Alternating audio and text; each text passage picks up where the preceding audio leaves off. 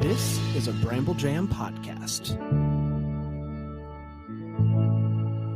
Hi, I'm Bran, and I love Lifetime Christmas movies. I'm Patrick Serrano, and I am a Lifetime movie expert.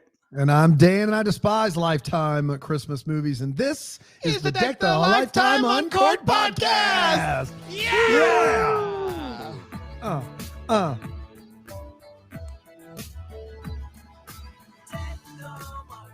Boy, Nailed it. oh boy. Before December 1st, I am so proud of you. I'm so proud of you. You made it before Thanksgiving, the day before Thanksgiving, everybody. Yeah. Yes, happy might be, Thanksgiving Christmas early. Came early. That's exactly right.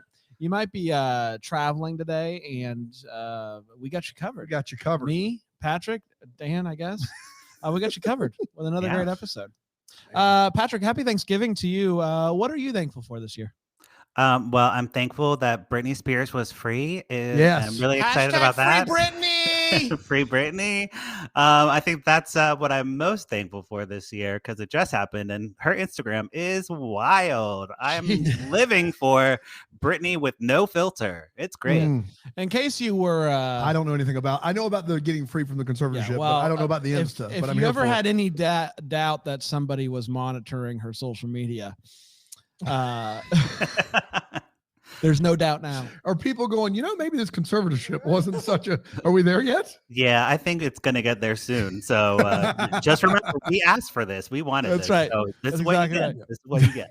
She got to day 2 before calling out Christina Aguilera, I think. So Oh Right. my It's been- gosh! it's been How have going I great. missed all of this? Yeah, you really missed it, but it was great. And it is Blackout Wednesday, so everyone listen to Britney Spears Blackout today while you're partying with your friends. That's what you do on That's the right. Wednesday The before day Thanksgiving. before Thanksgiving, you meet up with all the old friends and family from for blackout. for Yeah. Blackout Wednesday. Well, you Exactly. listen to Britney Spears Blackout.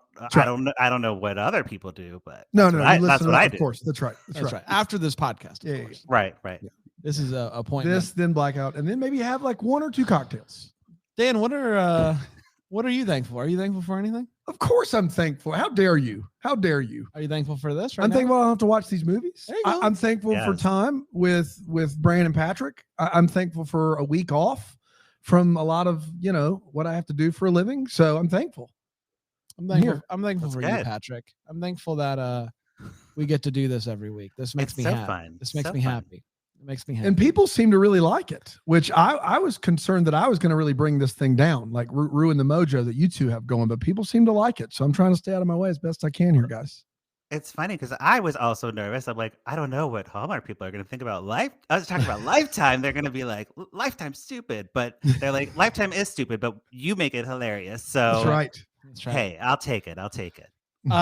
Today we're talking about Dancing Through the Snow, and the good news is, everybody, it is not Ice Wine Christmas. That's the good news. Okay. Is there a Mhm. bell in this one, like a bell tower of any kind? No bell towers, Nope. but lots of dancing. Ooh. Lots of Oh. dancing.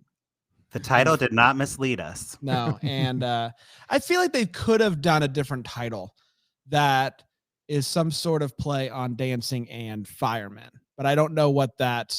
I don't know what that is. There's a pole in both of those you could work in. okay. I mean, Oh. sure. You took it there. Sure. Not this yeah. type of dancing. It's little kids doing ballet, but you didn't know that. I You have didn't no know- idea. I've not seen the movie. You didn't know that. You asked for me to try to combine the two. That's true. Right. We'll keep brainstorming this, but Okay. definitely not that. I think is All what, right. what we've decided. Patrick, do you want to dive into the movie? We can talk everyone through this thing. Yes, let's do it. So we have Dancing Through the Snow, which is what Lifetime's title was. The original title was Dancing Through Christmas.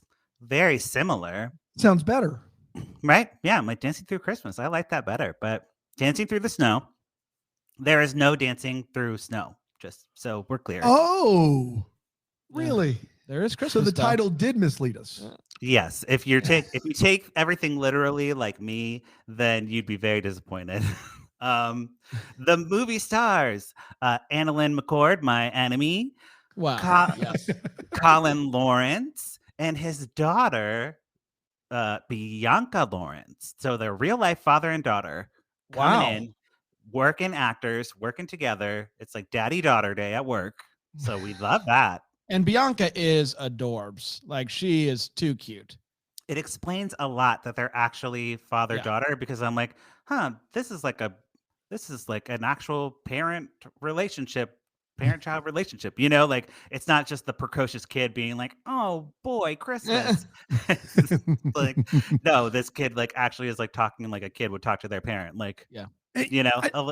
You did explain this once, Patrick, but why is AnnaLynne McCord your mortal enemy again? What happened there? Glad you asked. So here's the thing. Picture it, 2005. I'm a struggling actor, going out on auditions, and 90210 comes up, and I get, put up against AnnaLynne McCord for the ingenue. Really? The 90210 reboot. What? And they picked her over me. And how dare they? I don't get it. Yeah. So ever since then, she's my enemy. So do you mean, are you serious right now? What? Did you read? Did they take 2 auditions and it was AnnaLynne McCord and Patrick Miguel? That's right. Yeah. I wore a wig and everything. And they were like, we're gonna pass on you. We're gonna go with this actual ingenue. So I've been waiting to age into my roles. She's gotten to have the longevity of a beautiful woman in movies, and I'm just waiting to become an old man. At least you got to say ingenue a few times, which is nice. Throwing that out there. Actually, I brought a clip today. Wow, we're talking about AnnaLynne McCord. I brought a clip just so you can see the range of her acting. Okay, so this is really good. So someone said they need a reenactment of the audition. I signed a contract where I couldn't. It is. Yeah, it's the NDA. It is full you're already.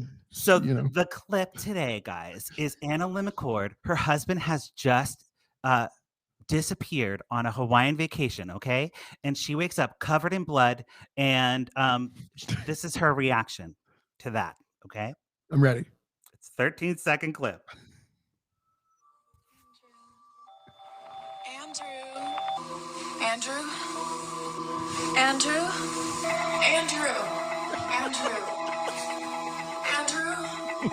No. Okay. That's it. She just says Andrew, confused over and over and over and over. That's her level 10. Okay. Is that screaming for her? Now, Patrick. Yes. Same scene, but you. Let's see what you got. Whenever you're ready. Whenever you're ready. Andrew.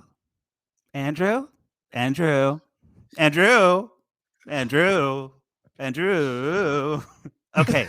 I think that was better. Yeah, I think it was better. No, the notes that you hit there, and then there's some vibrato that you had going in that last Andrew.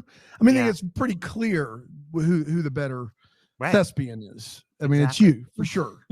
No doubt about it. Now that we cleared that up, we'll get into the movie. Okay, fair enough. We'll get into the movie. So the movie starts. Did that clip, did you have an old school tape player that you just held up to your microphone? I was like, that's the thing that I played. Boombox on the shoulder. I played radio with those when I was like 10 in like 1993. What were you doing with one here now today? Hey guys, look, I get my audio clips. On my other podcast with Drew, I had to really like Jimmy rig things to get clips to play in the thing. There was no editing in those, so this is what I have to do. No, I loved it. If you had gotten 90210, you could have, really brought it. But I mean, it's only so much we can do. Okay. Movie time. Yes.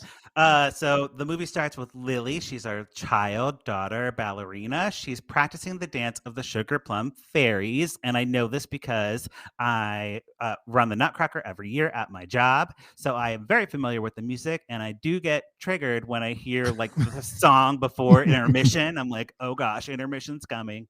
But Lily has a firefighter, hunky dad, and a widower. So this is like a 3-prong, like we've hit the jackpot of TV movie dad / love interest. You always want a widower, you always want a hunk, and you always want a firefighter. Yeah, it really was unfair. Checks all the boxes. He is just a specimen, and it is just magic. Yes. I said what I said. magic. It's true. And they live with his no-nonsense mother named Anne, who helps take care of the daughter because, the mom's been dead for like 5 years. She died of cancer. It's very sad. But she's like kind of helping raise the daughter. Yeah. Yes, that's true. That's why she's there. Okay. And the daughter is following in her mother's footsteps. Her mother was a ballerina, and now Lily wants to be a ballerina. And classic. Lily, like, I would say the talent might not be there.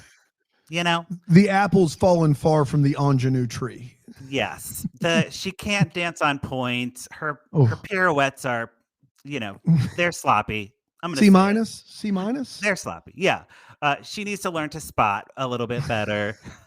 All the things. This poor girl. Hey, the actor was great. The dancing was just a child dancing. I'm like, look, I'm looking for Black Swan. We were promised dancing through the snow. I need to see some dancing. We're 2 minutes into this movie, and Patrick's got notes, Bianca. Oh, sorry, Bianca. But like maybe when you're like a little bit older, you can like do like a Black Swan reboot, and then you'll experience. There you go. Get out. There you go. So dancing party happens. A montage of dancing happens very early in the movie at the fire station, and I was like, "We're in trouble." So like last week we had the latest montage of all time, and what movie was that? Well, it was a really late montage. Yeah, it was one of those. It was the last segment. Yeah, it was the last 3 minutes. There was a montage. Holiday in Harlem. Very late montage. And this one, it's like the opposite. Like we are a montage in the first 5 minutes, which was impressive, and I enjoyed it. Makes you nervous though, because you're like, why are we montaging so early? We're out of content. We're out of exposition already. Yes, we are. Yes, we really are. So we meet Olivia. AnnaLynne McCord also could have been played by me, in my opinion. She runs a dance studio. She skips weekends, hanging out with her friends because she is working those books. She's like typing on a calculator and printing out, one of those type of things. Yeah, she's very intense about her calculator. Like print papers. What do you mean? Like a she's like matrix she's got like a calculator that's got the little coming out. Yes, it's like wow. That's probably made right around when your tape recorder was made, I believe. Yes, I think they're the same era. And she is just punching numbers. She is not doing math. She is just playing with that calculator. And she's like on the phone with her friend, like, I can't go out. But eventually she does go out and she drinks a dirty martini, just like me. And I was like, oh, You think she did it? You think she did it just because she knew you'd be watching? She did it on purpose. She did it on purpose. She was eating this. I'm like, I love olives, and I see you. I see what you're doing. You're taunting me. It's fine. It's fine. I'm happy for her. She might be my enemy, but I'm happy for her. The good news, though, is, Patrick, and I'm sure you got some satisfaction that she's struggling. She's having a tough time. Her little ballerina business is not thriving. Is that what it's called? Little ballerina? That's what it's called. Okay. Little ballerina business isn't thriving. And from what I gather, she might be moving. Her parents live in Florida, and there might be an opportunity there for her. Is that right? Yeah, it seemed like she's gonna have to close she took out a loan, and she owes money. Yeah, she owes money on the little ballerina business. Yeah, so she might have to move in back with her parents in Florida. Mm-hmm. So that you like that? It's that bad. Oh yeah, I was like, yes. Welcome to the club. Right, here we go. And she also feels like she's in a rut. Like the dancing stuff's not as satisfying as she wants it to be. And her friend's name is Jordan, and she's like, just give it a little more time. You're going to be fine. Don't worry about it.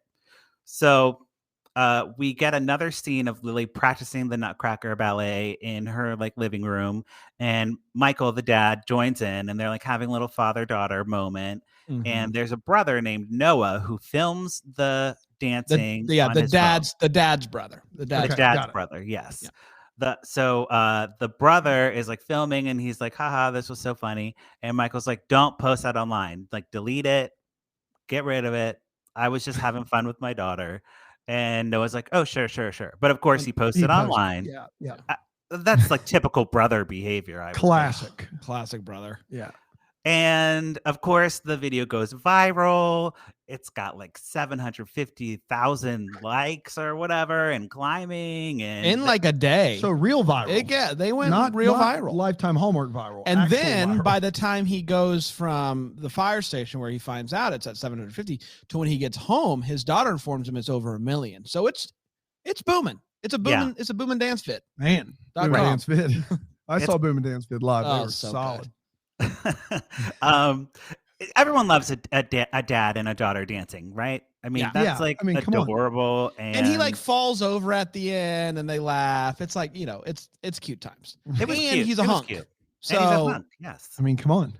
It would have been better if he was shirtless. And I've seen it on TikTok, so I know it exists, okay? Speaking of viral and shirtless, Patrick, on yesterday's podcast, Brand went shirtless on the podcast. I did go shirtless in an attempt to get Tyler Hines to join him being shirtless. Oh. And Tyler took off 2 layers, but still had a tank top on and just left Brand hanging to be shirtless all episode. But that's been the talk of the town. What we learned is Tyler wears an undershirt. That's right. Several. 3. Yeah, he was layered up, man. There you go, ladies. So put a pin in that. Put a pin in that. Well, yes, I'm definitely going to have to check out that YouTube video. Oh, it's there. Yeah. Oh, already? There. Oh, right. Yeah. Okay. Yeah. I'm into it. Okay. So basically what we have like a heartfelt moment between the brothers, because with all this viral success, Noah's like, you got to like capitalize on this. You have like so many women interested in you now. Mm-hmm. And you've been single for 5 years. Like you were grieving your wife, and that's all good and well, but it's time to move on. And this guy's a widow hunk fireman and now has gone viral. And so there's a lot of eyes on him. Yeah. Yes. Boy, what a recipe. His brother's basically like, listen, a lot of people are going to be sliding into your DMs, and you gotta shoot your shot. Is essentially the talking, pep talk he gets. And it's good advice, I think. I'm like, yeah, this makes sense. Like, and the way that we don't really see brothers interacting in Christmas movies. So I bring it up because it was nice to see an actual brother kind of relationship. It felt very like true to life. I have brothers, and like, I don't drink beer and like watch football with them, but I could feel the brotherly love. You know what I mean? Okay. All right. Yeah. It worked for you, Brand. You got 3 brothers. The brothers were great. The brothers were great. All right. So the daughter, we get like our first Christmassy thing. They go see Santa at a barn or something. I don't know what they were doing. It was probably a COVID thing, like to be like open air type of whatever. And Michael's looking at the Christmas trees. He runs into Olivia, also looking for a tree, and she mistakes him for someone working there, which is like not a good look. Listen, I've always said this: the best meet cutes are like with subtle racism. That's the best meet cutes are with just like a dash of racism. Oh no. Just a little. It was not good. She's like, oh, how much is this tree? How much do I owe you? He's like, you don't owe me anything. And she's like, oh great, you're giving it to me? Can you help me carry it to my car? It's like, what? Yeah. Boy. But at the audition, AnnaLynne McCord did the same thing to me. Yeah, she did. Yep, she did. She did. I'm like, I don't work here. I'm auditioning. Anyways. Did she ask you for like a San Pellegrino or something? Like some sort of bubbly water? Totally. And then she asked me to carry her purse to her car. And I'm like, I have my own purse to carry. I can't carry yours. Jeez, AnnaLynne. So Lily clears it up. She's like, oh, Dad, you're so silly. This is my teacher. He's my dad's a firefighter and a stud muffin. And she's like kind of like talking him up, and Olivia's interested. She's like, let's like go on a coffee date, right? Yes. Yeah. And he's like, sure. So he like stops by the studio, and she like goes out and they have coffee, and her friend Jordan. It is important to know that before she's getting ready to go to the coffee date, and her friend Jordan. You might have just been about to say this, but Jordan shows her this viral video. Oh. And she's like, oh my gosh, this is the guy that I'm meeting. Like, this is the guy. This is the guy that I'm meeting for date. So then she shows up, brings it up, and he's like, oh no, this is happening. Oh god. Don't make me sing. Don't make me dance. Right. But she's like, it's cute. And like, I think it's like adorable. And of course she would. She like works with kids. She gets it. She's like with all the dads, actually dance companies do like this dad dance. It's like a tradition in most dance studios where the dads choreograph a dance and do it at like the recitals. And it's adorable. It's my favorite thing at any dance recital. Had no idea. Yeah, so y'all better watch out for that. Daddy dance. The daddy dance. It's like usually to like the Backstreet Boys, like classic. that type of thing. So cute. So at the coffee date, they kind of open up to each other, and he talks about how proud he is, or she tells him like, you should be proud of your daughter. She's like a great dancer, allegedly, and she is a good person as well. And then Michael opens up about his wife and kind of explains all that situation. All over coffee. It's quite a coffee. It's a heavy coffee. You're gonna want some cream on that. Yeah. You know? Yes. And at the end of the date, this is where I will give AnnaLynne some credit. Okay. She flirts with him, and she's like, next date, I want you to wear your sexy uniform, your fighter uniform. And she like really seems like she's flirting with him, and I'm like, okay, I get it. I see this. I see a little chemistry going on, you know? So you're giving her credit just for flirting with him? Is that it, basically? Right, because got it. I like flirting. I think flirting's fun, and I think she did a good job flirting. Maybe if she only played flirtatious characters, I'd like her better. Wow. Okay, you hear that? A+ flirt. There it is. Yeah, if she was just a flirty character the whole time, all she did was flirt with everybody in the movie, I'm into it. Write that movie. Christmas flirtation. Ooh. Right. Oh, I should. The flirt before Christmas. Oh, I love it. I don't know, something like that. We'll get there. We'll get it. Every idea is a good idea when you're brainstorming. So sadly, his daughter Lily is not into him dating. All of a sudden, she goes from like setting them up to like being like, no, you're gonna like forget my mom, and I don't like this anymore. I don't want someone to replace my mother. And she's just kind of like sour on the whole thing, you know? Yeah, I part of it also is Olivia gets the lead in the Nutcracker, and the bad dancer. Yeah, she gets the lead, and so she, I think maybe first the dad found out about it before she did. That really bummed her out. But also, I think maybe she's wondering, hey, did I get this because the dance teacher likes my dad? I don't know. It's a lot for a little girl to handle. Yeah, and like Olivia giving Lily the role or whatever, like if I was a mom at that dance studio, I would be so pissed. I'd be like, dance moms, like, throwing stuff, like, what's going on? My kid's just as good, and what do I have to pimp out my husband to you, woman? Like, what's going on? So yeah, I could see the gossip flying. We didn't get to see that scene because it's a Christmas movie, but sometimes Lifetime will go there and they'll give you that, but not in this one. Not this one. We get another date by the fireside. They drink wine, which I like that, but they have the exact same conversation that they had over coffee, over wine. And I'm like, why are we doing this? They share like a respectable kiss at the end, like on the cheek type of thing. We have a romantic dinner date that happens, and the conversation there gets a little bit different and like decidedly not romantic. Olivia is like, I'm defaulting on my loan. I'm moving to Florida to save money, and my life's a mess. And Michael's like giving her valid suggestions, like refinance and like and actual advice. It's like, raise the prices of your classes, and she's like, no, I can't do any of that. She's just like, I could never do something like that. And finally, he just is just like, well, okay. And like clearly like bummed because he's falling for this girl and she's just being a little real poop face. Well, and she catches on. She's like, oh, you know what? This might be not like, this isn't the best date talk. That's on me. I misread the room here. So what you're saying is after a great coffee and great wine, he took her out somewhere romantic so they could talk like finances. Yeah. Yeah.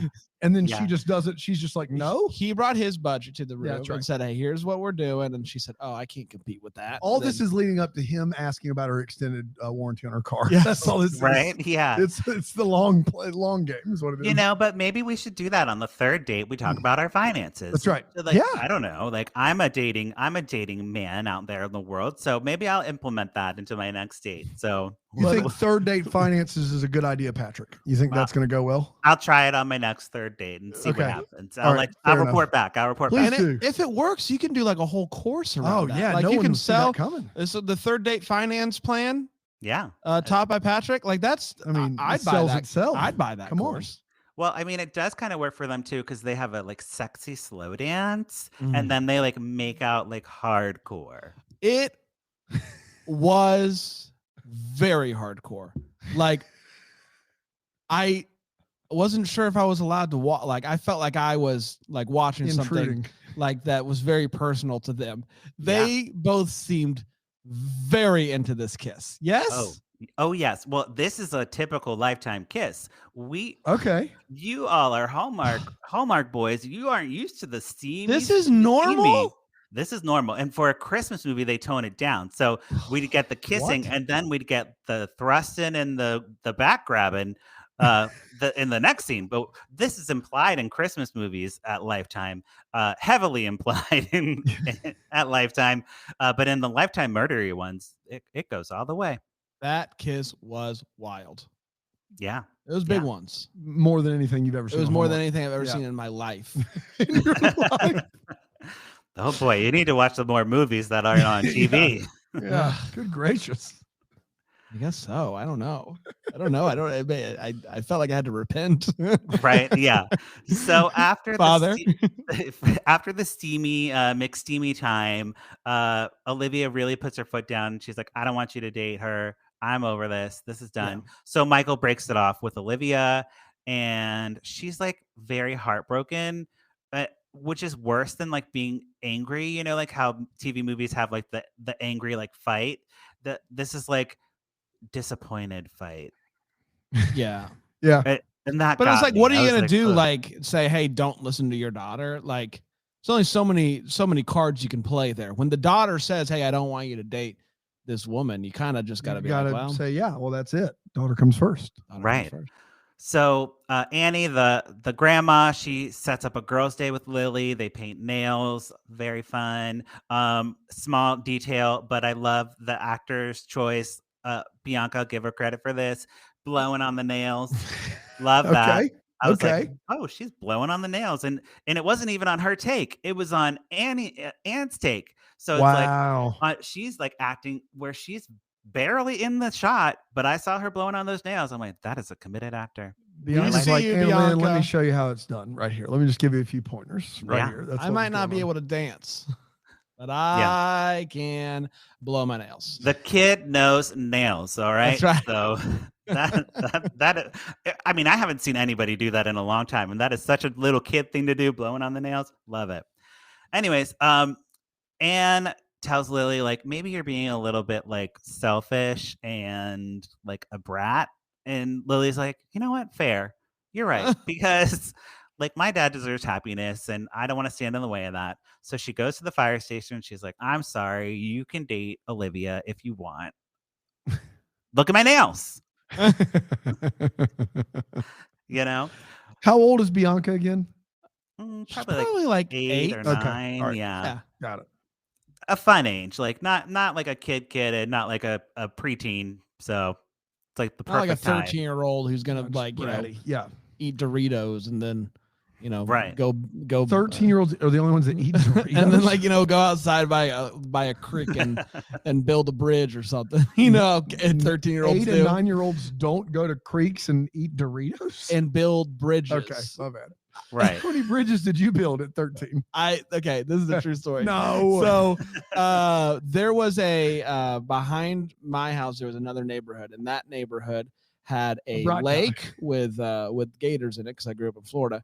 And then by that was a little river, little creek, as I like to call it, a little creek. And that river, if you could get over that, you would make it to a park. And without that bridge, you'd have to walk. It'd be a whole long bike ride. Yeah. And so me and my buddies would spend days building this bridge to Terabithia and to get across. And then we would come, this has happened multiple times. We would come back the next day, bridge complete. We'd come back the next day and it would have been just destroyed. Some punk kids out there. What were you building a bridge with? What do you mean? What was it? Just like wood and sticks and twigs. It's not like a good bridge. Okay, it's just enough, like, enough to get you from here to there. I got you. To Terabithia. And kids would destroy it. You sure it was kids? Could have been animals. No. Animals wouldn't have done this. They wouldn't have done it. Yeah. No, they wouldn't. They see that bridge in the way of their crick. You know how I know? How do you know? There were Doritos on the ground. Oh, must have been some 13-year-olds. Yeah, exactly right.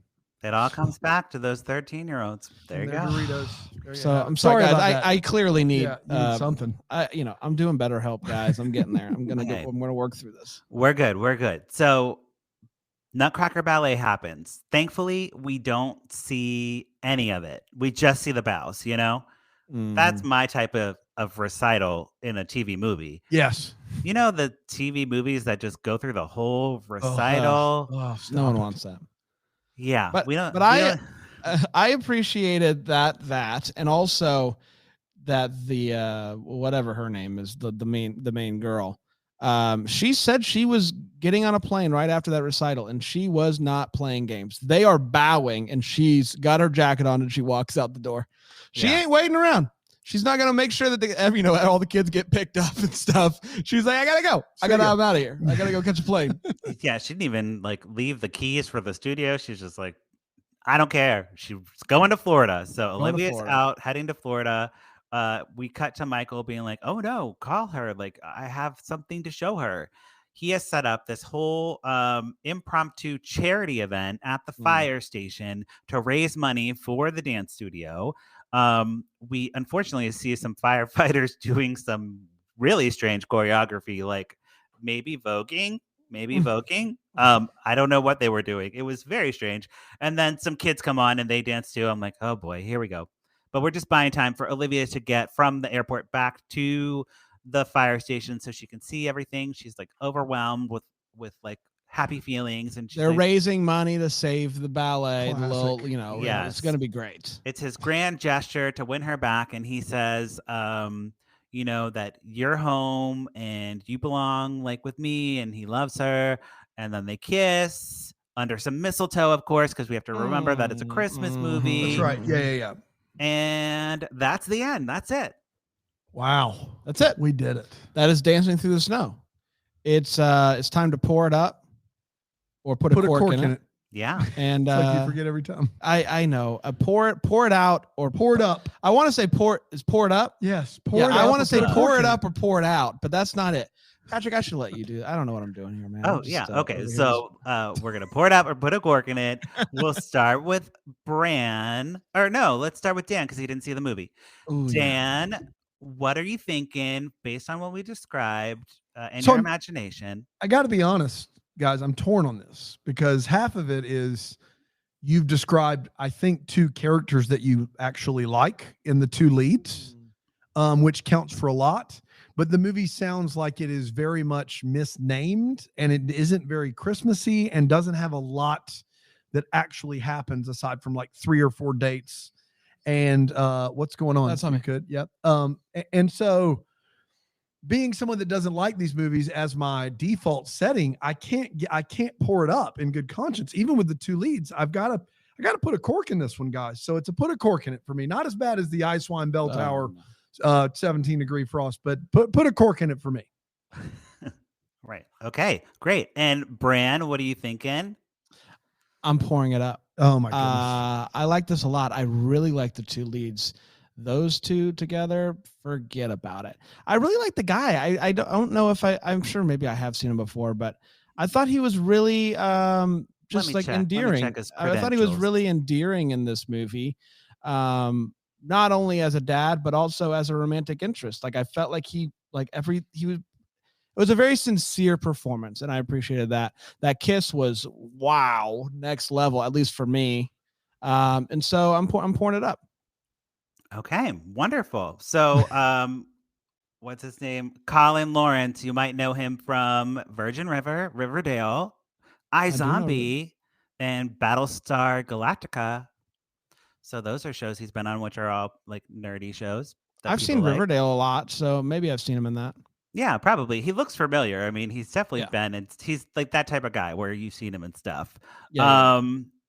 My enemy's in this movie, and you'd think I put a cork in it, but I'm actually going to pour it up. Hey! Here's why. So, Dan, you're right. It didn't have a lot of Christmassy stuff, which, in a Christmas movie, you obviously want.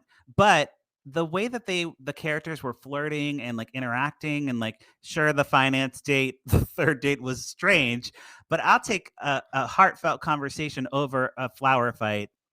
Actually, I don't know if I'd take it over a flower fight, but I'd take it over a snowman building or something silly like that. Like, I want these characters to like be well-rounded. We're on Lifetime, so we can get a little bit more like real, I guess. We're not as held to the formula. Like Hallmark has a very clear formula that works, that's very comforting and fun, but Lifetime can kind of go outside of the formula. So this really did that. It was set at Christmas, but not necessarily a Christmas movie, right? Yeah.